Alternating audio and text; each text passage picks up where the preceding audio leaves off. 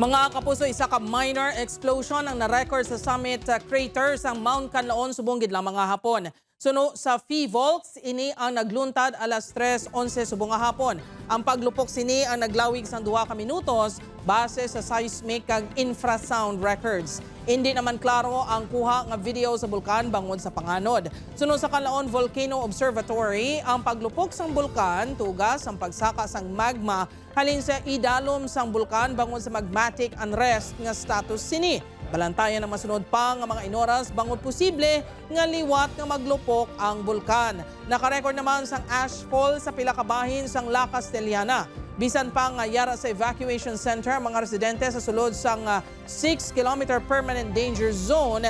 Ginapa-alerto gihapon ang mga yara sa gwa sang 6-kilometer PDZ bangod sa posible nga aktibidad sang bulkan. Hugot man nga ginamonitor ang mga residente nga naga-istar lapit sa mga suba bangod sa posible lahar flow dala sang maulanon nga panahon sa pila ka bahin sang probinsya.